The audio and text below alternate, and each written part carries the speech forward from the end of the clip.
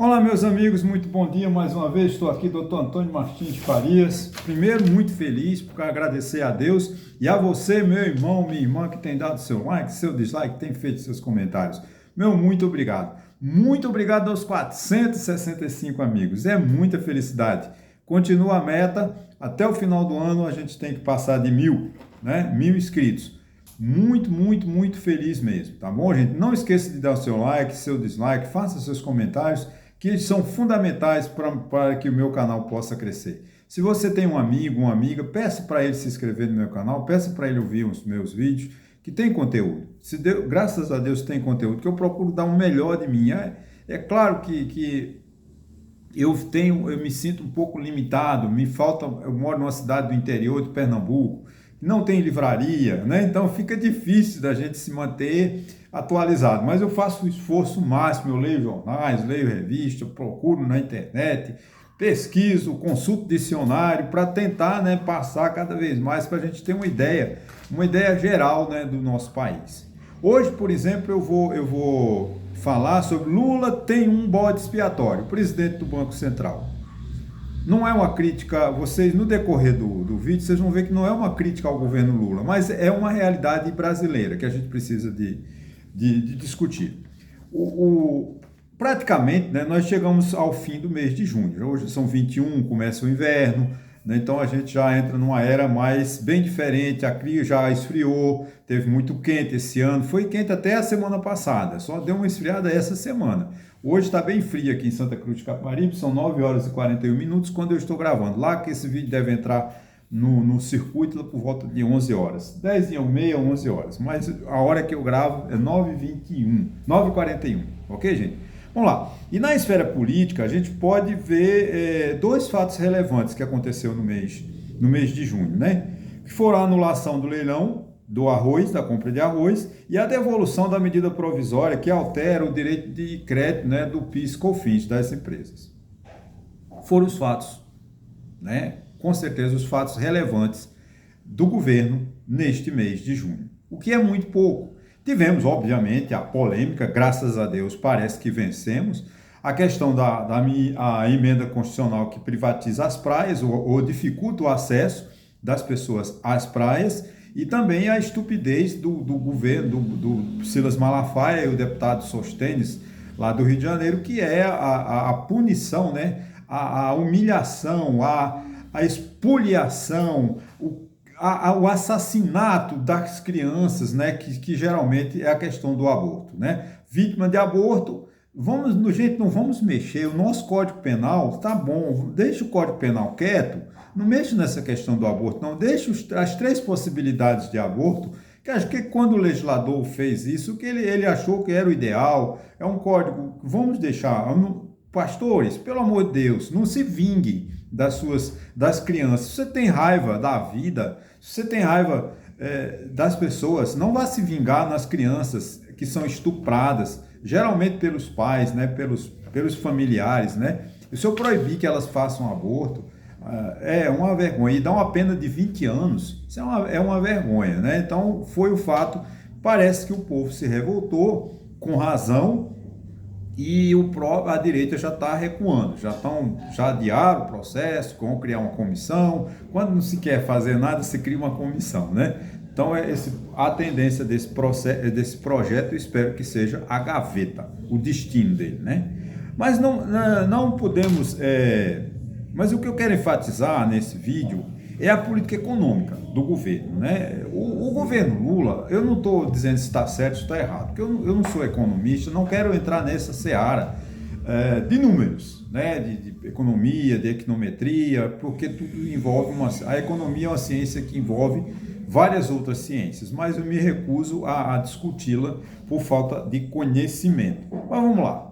O governo Lula, com ele está tentando, né, gastar e só vendo o lado da receita. Ele não quer reduzir gastos, ele não quer fazer contenção de despesas, ele não quer tratar das obras paradas, que é um buraco onde vai muitos milhões de reais, né, e ele não não dá. Porque o tal do PAC não saiu do papel ainda, que eu entenda, né? Está muito, né? Nós temos a questão do Rio Grande do Sul, mas o governo não pode olhar só pela receita.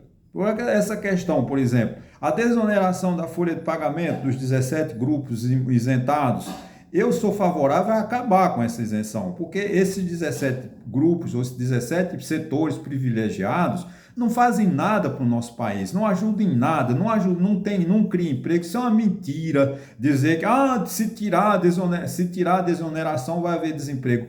Eles não geram emprego. Essa é a grande realidade. Grandes grupos econômicos não geram emprego. Quem gera emprego no Brasil são os pequenos e médios empresários. Aquela turma do Simples, aquela turma, sabe? Essa que gera, que é o botequim, é a quitanda, é o entregador de pizza. O emprego brasileiro hoje é isso. As grandes empresas, não tem mais fábrica, tem robô. Eles robotizam as fábricas e continuam tendo incentivos fiscais. Então, eu sou favorável que essa remuneração, essa isenção chegue ao fim.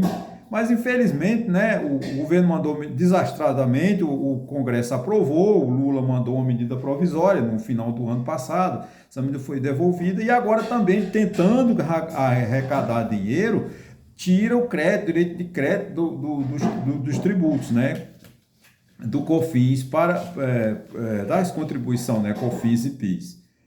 Eu não quero analisar se está certo ou errado. Na minha opinião, está errado. O governo devia ter uma medida mais de longo prazo, uma coisa mais discutida, um projeto de lei. Nós estamos na reforma tributária, né? Eu sei que não pode mexer, porque o tributo é uma coisa muito séria. Você tem que aguardar 90 dias. As empresas já fizeram o orçamento para 2024. Nós já estamos no final do ano, na metade do ano.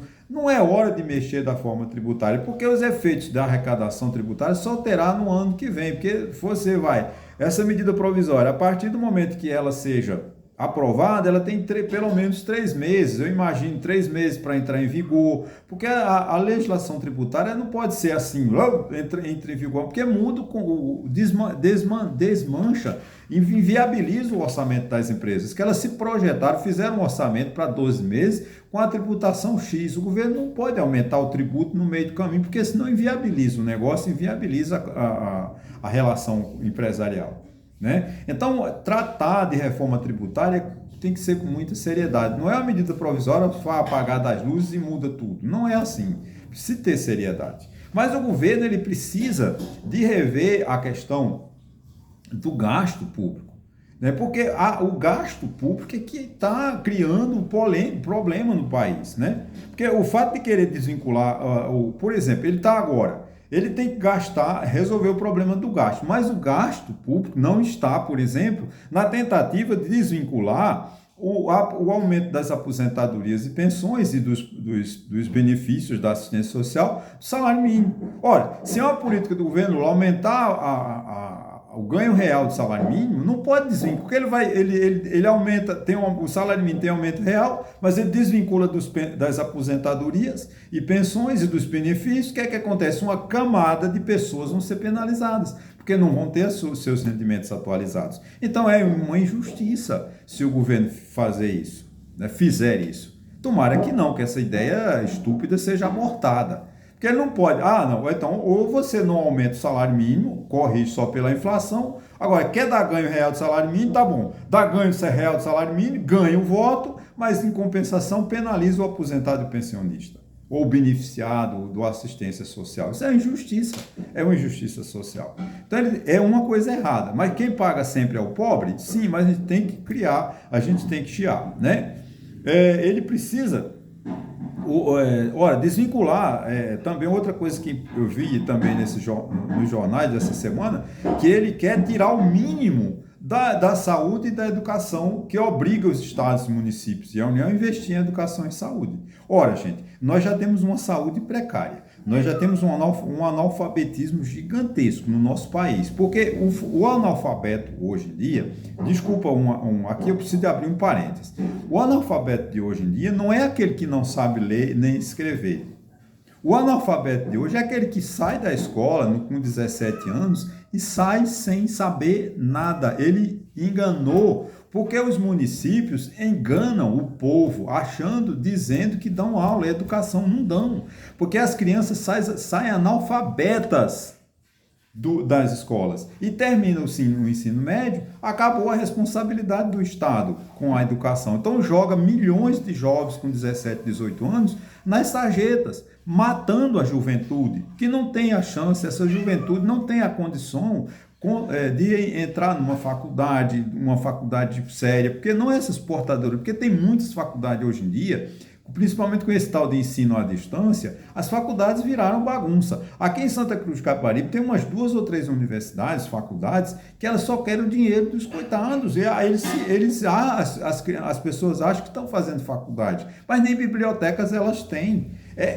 Tudo no Paraná, é no Rio Grande do Sul, onde fica a universidade. E aqui são polos onde as pessoas assistem aula pelo computador. Raramente não tem acesso a um monitor, sabe? Essa a precariedade da educação no Brasil. Então, o setor privado, que está prestando um péssimo serviço de educação, né? Esse tal do ProUni, do governo Lula, foi muito bom, mas o que ele fez? Ele botou os alunos nas universidades particulares, as universidades se apropriam dos recursos que o governo destina para isso, ficam com recursos e põe precariedade no ensino. Essa é a realidade. Que o governo federal tivesse a responsabilidade, ele teria que criar uma educação boa, ensino base, na educação, no município, passando pelo Estado e incentivando essa garotada a entrar para a universidade pública, que tem uma melhor qualidade. Agora, as universidades particulares estão um lixo, formando pessoas, eu tenho curso superior, mas estão todo mundo desempregado, que há uma distância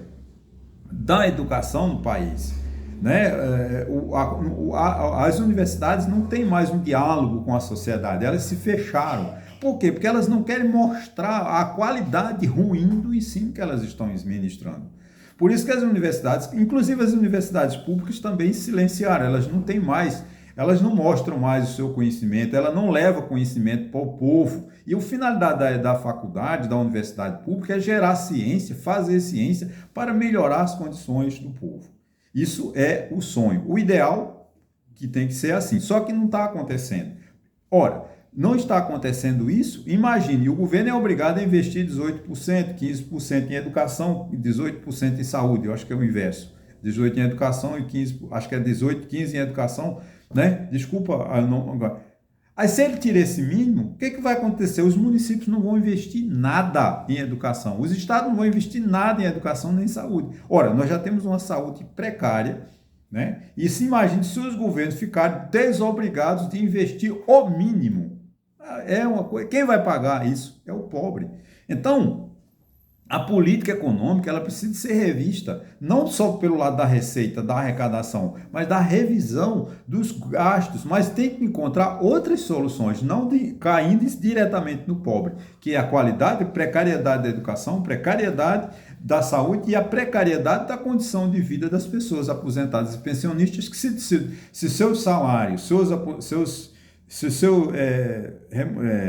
proventos, né, não forem corrigidos de acordo com o salário mínimo, 2, 3 anos de um governo, acaba o aposentado e o pensionista vão passar fome, e há também o benefício.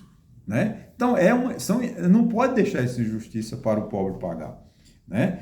Então, aí o que acontece? Aí vem o Lula, né, e critica o presidente do Banco Central. Mas o presidente do Banco Central não é ele o único culpado, porque o desastre da economia, o aumento do dólar, que está a 5,40, quase R$6 um dólar, né? Não é culpa do presidente do Banco Central, é culpa da falta de confiança no governo.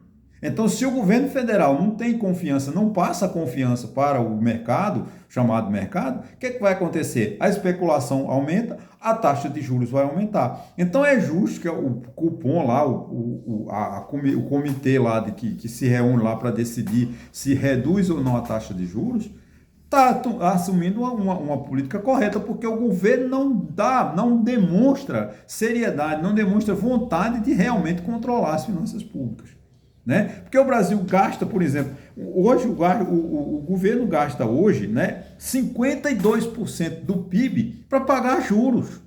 Mas, é porque a taxa de juros é alta? Não, é porque ele gasta sem ele gasta sem ter. Essa é a grande verdade. Os municípios se endividaram, a Caixa Econômica encheu os municípios de dinheiro, eles gastaram tudo isso, saiu pelo lixo, não tem benefício nenhum nos municípios. Quem vai pagar essa conta? A população, o povo, aonde? Tirando da saúde, tirando da educação, tirando da segurança. Essa é a grande... O governo tem que mostrar seriedade, tem que dizer aonde gastar. E o que está acontecendo? Cobrar dos estados e municípios responsabilidade. Tem que vir para a televisão, para a Voz do Brasil, que era um programa tão ouvido antigamente, e dizer qual é a dívida consolidada de Pernambuco, do Piauí, do Rio de Janeiro, porque os estados e os municípios têm que ter responsabilidade. Mas não, você vê, 52% só da receita é para pagar juros da dívida que o governo gasta sem ter. Olha, eu não posso sair gastando sem ter. Se eu gasto, eu ganho 5 mil, gasto 6, no primeiro mês eu tomo emprestado da cunhada, tomo emprestado da sogra, mas lá no nono, 10º mês já estou devendo 6 mil. Eu não tenho mais, ninguém vai mais me emprestar. Essa é a condição do Brasil. O Brasil gasta, sem ter de onde tirar. O que acontece? O mercado financeiro vai acreditar? Não, por isso que a taxa de juros é alta. Essa é a realidade. Não é culpa do presidente do Banco Central a manutenção dos juros em 10,5% ao ano, mas sim a culpa é do governo que não tem um programa de saneamento das finanças públicas. Você vê, nós saímos, gente, nosso PIB ele crescia em média de 2000, crescia de 7% ao ano. Mas por que o PIB não cresce mais? Porque o governo perdeu a capacidade de investimento. Ele não investe mais porque 95% da receita do governo é para pagar a dívida. As despesas ordinárias, que é aquelas despesas, né, salário, folha, poder legislativo, poder executivo, poder judiciário, sobra 5% para investimento. Desses 5%, 52, 55 bilhões, ele deu para Arthur Lira, né, para Arthur Lira distribuir para os amigos. Quer dizer, sobra o que para o governo? Nada. Então, a taxa de juros tem que ser alta? Tem, porque o mercado não não dá segurança. E outra coisa, nós não temos segurança jurídica. É um país, para ter uma economia séria, tem que ter segurança jurídica. Agora, que segurança jurídica nós temos? Se o governo manda um projeto de lei, diz o seguinte, devolve, que ela tem efeito, só tira o efeito, quer dizer, você não sabe. As questões da anulação das multas da Odebrecht, por exemplo, da Lava Jato, que segurança jurídica tem? Você vai combater a corrupção? Não. Por quê? Porque quando chega lá no Supremo, eles tiram a multa. A Lava Jato teve problema? Teve, mas os crimes ocorreram. Então não é justo agora que... não, porque o juiz Sérgio Moro conversou com o promotor. Gente, peraí, isso é balela. É uma piada. Você querer tirar bilhões de reais que eles confessaram, né? Que se comprometeram a pagar uma multa para redimir, para diminuir o prejuízo do Estado. Aí vem o Supremo e diz, não, essa multa não pode ser mais cancelada, porque tem que ser cancelada, porque o Sérgio Moro foi imparcial. Ok, a culpa... Tá bom, Sérgio Moro, não estou aqui defendendo Sérgio Moro, mas, peraí, se houve o crime e eles fizeram um acordo, o Ministério Público todo se envolveu. O acordo de leniência, o acordo das chamadas... esqueci o termo, né, que eles querem acabar agora, que é esqueci o termo, né, que agora o Bolsonaro quer acabar, né, que é a delação premiada, lembrei. Por que eles querem acabar com a delação premiada? Porque a delação premiada vai gerar esse tipo de verdade. A pessoa, para pegar menos tempo de cadeia, aponta como funciona o esquema de corrupção. Agora, se anularem as delações premiadas, o que vai acontecer? A corrupção vai bater a porta. Então, o governo, ao invés de estar tentando melhorar o país, nós estamos piorando por falta de política de governo. Não era para agora o pessoal de Bolsonaro estar tentando desmoralizar a delação premiada. Lá em 2014, 2018, Bolsonaro prometia que queria a delação premiada, que ia incentivar a Lava Jato. O que é que o Bolsonaro fez? Acabou com a Lava Jato. Por quê? Porque eles estão envolvidos também no mesmo esquema. Essa é a grande verdade. E o país vai rolando essa dívida, aí você cresce 1% ou 1,2% ao ano e acha que está crescendo muito. Gente, não está crescendo. A economia brasileira está definhando, a indústria está no caos, está no fundo do poço. Tudo no Brasil está periclitante. Não tem nada no Brasil que você possa olhar e dizer, meu Deus, o Brasil tem futuro. Não tem mais. Perdemos a capacidade de previsão de futuro, porque o desastre nas contas públicas, o governo, o Estado é muito caro, o Estado é muito burocrático, o Estado é muito incompetente. Agora, a culpa é de Lula? Não, não só de Lula, mas culpa do Congresso Nacional, essa Câmara ridícula, medíocre que nós temos. Né? Presidente Arthur Lira, não, ao invés de estar pensando no país, está pensando nele. Ele quer, porque quer, nós estamos em junho, a eleição em fevereiro, ele já está fazendo acordos com o demônio, né? Como essa questão do aborto, por exemplo. Ele fez um acordo com o PL, para o PL votar nele em 95, voto em 2025, votar no candidato dele. Agora, gente, isso é um desastre. Você matar vítimas, matar meninas de 12, 13 anos, botar elas para cumprir 20 anos de cadeia, simplesmente para Arthur Lira botar um apadrinhado dele, para em 2025 ele não entrar no ostracismo político. Isso é uma vergonha. O Arthur Lira, ele não é um deputado que vai chamar a atenção, porque ele não tem competência política, ele está mostrando que é um incompetente, ele não sabe negociar. Né? Agora, ele quer ficar em 2025, 2026 no holofote. Ele está tentando ganhar em Alagoas, ser candidato a senador pelo estado de Alagoas. Pode até ganhar. Eu até não tenho nada a ver. Isso é o povo de Alagoas que tem que decidir. Agora, Arthur Lira não pode, com isso, fazer acordos espúrios, como ele está fazendo. Outra coisa, ele não toma providência com relação à bagunça que está sendo as reuniões do nosso parlamento. Deputados medíocres que vão lá só para aparecer, só para tirar foto. Você não tem uma reunião, não tem uma audiência pública que seja pacificada. É sempre xingamento, xingamento. Isso não leva a nada. É um país pobre, deputados medíocres, deputados que não deviam nem estar em Brasília, que é envergonha, como tem muitos deputados, como tem um tal de Minas Gerais, que foi o mais votado de Minas Gerais, ele é uma vergonha para Minas Gerais. Eu, se fosse ele, andava de cabeça baixa, ter vergonha dos políticos que Minas Gerais teve e ele ser tão medíocre como é, né? Nós, Aureliano Chaves, Antônio Carlos, né? Tancredo Neves, Itamar Franco, tantos bons políticos que nós tivemos, Magalhães Pinto, estou falando de direita e de esquerda. Agora, deputados medíocres como nós temos em Minas. E esse cara tem, eu acho, de 1.400.000, 2.400.000 votos. É um medíocre, é uma pessoa nojenta, ele faz mal ao parlamento, mas está lá. Porque, claro, o povo elegeu. Não pode, não é culpa do deputado, porque o povo elegeu. Né? Elegeu porque pela desmoralização que está o poder público. Agora, compete a quem? Aos políticos mudar essa regra. Cabe a Arthur Lira, ao Pacheco, que também é um político que eu considero muito, parece bem moderado, o presidente do Congresso Nacional, chamar para si a responsabilidade, parar com essas falcatruas, com esses acordos espúrios, com o orçamento secreto, como agora está vendo que o orçamento secreto, o Supremo Tribunal Federal disse que o orçamento secreto era inconstitucional e eles continuam usando. Foi marcada uma audiência agora para agosto, 1º de agosto, para discutir, olha, Congresso, o que há? Como é que um Congresso Nacional, gente, é a casa de legislar, a casa de fazer as leis, burla as leis. Né? Como é que você pode, artigo 37 da Constituição, todo ato administrativo, princípio da publicidade, da impessoalidade, da competência, todos lá, e o cara não põe orçamento secreto. Manda sem dizer para onde vai, quem vai gastar, quem mandou. Isso é uma vergonha. Quer dizer, é o Congresso Nacional trabalhando para si. Então, esse país não tem futuro. Por isso que a taxa de juros há de ser sempre elevada. Por quê? Porque ninguém confia. Nós não temos segurança política, nós não temos segurança jurídica, nós não sabemos o que é que o governo quer.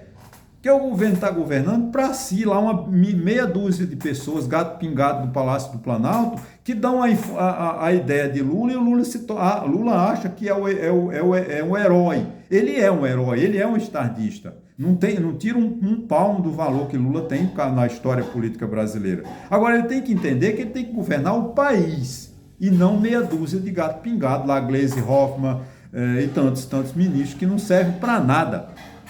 Que os 38 ou 39 ministérios de Lula não servem para nada, são figuras apagadas e inclusive são metidos em corrupção, né?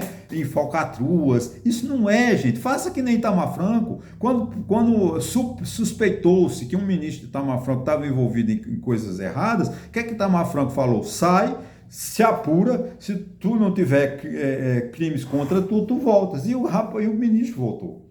Por que o Lula não fez isso também? Tem suspeita? Tem. Afaste-se. Quando apurar, ver que não tem nada, você volta. Mas não. Ah, não, mas aí a Polícia Federal está errada, não pode indiciar. Não, essa não dá, gente. Ou a gente tem seriedade ou não tem. O país precisa de ser sério, precisa ter governo que queira realmente governar. E, infelizmente, esse discurso de Lula contra o presidente do Banco Central não vai levar a nada. O bode expiatório que Lula elegeu, talvez para o mês de junho e julho, mas em agosto, setembro, passa. As pessoas vão perceber que não é culpa do presidente do Banco Central o desastre que está sendo o governo.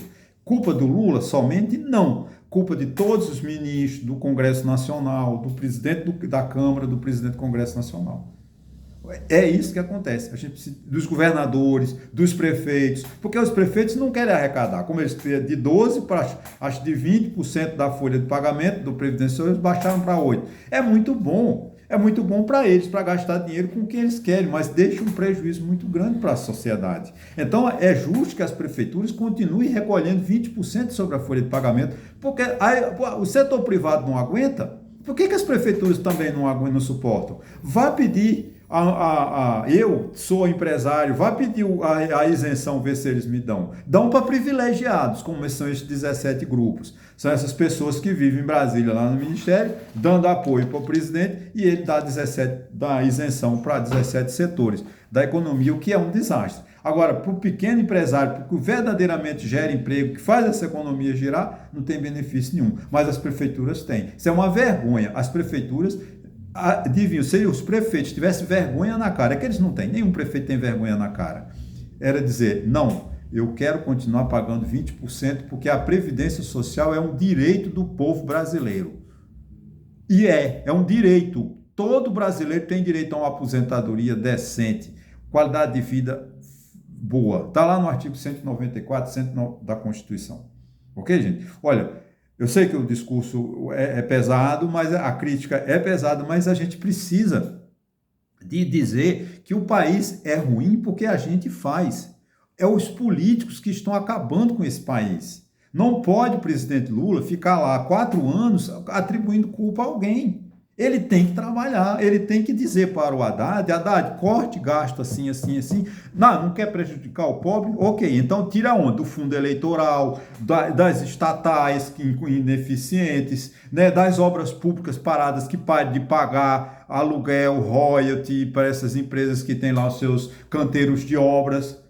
Tudo isso, as obras que nunca terminam, tudo isso gera um prejuízo ao país. Né? As licitações que geralmente não são bem feitas, né? Como esse caso do arroz, essa vergonha, né? Que todo mundo sabia que isso não tinha condição. Você autorizar a uma pessoa importar 600 mil reais, 500 mil reais ou 1 tonelada de arroz, ele é dono de um boteco que vende queijo. Gente, isso é piada. É para realmente, como os portugueses, com toda razão, nos desmoralizam, riem da nossa cara, mas a gente dá as cartas. Infelizmente. Olha, muito obrigado e até a próxima.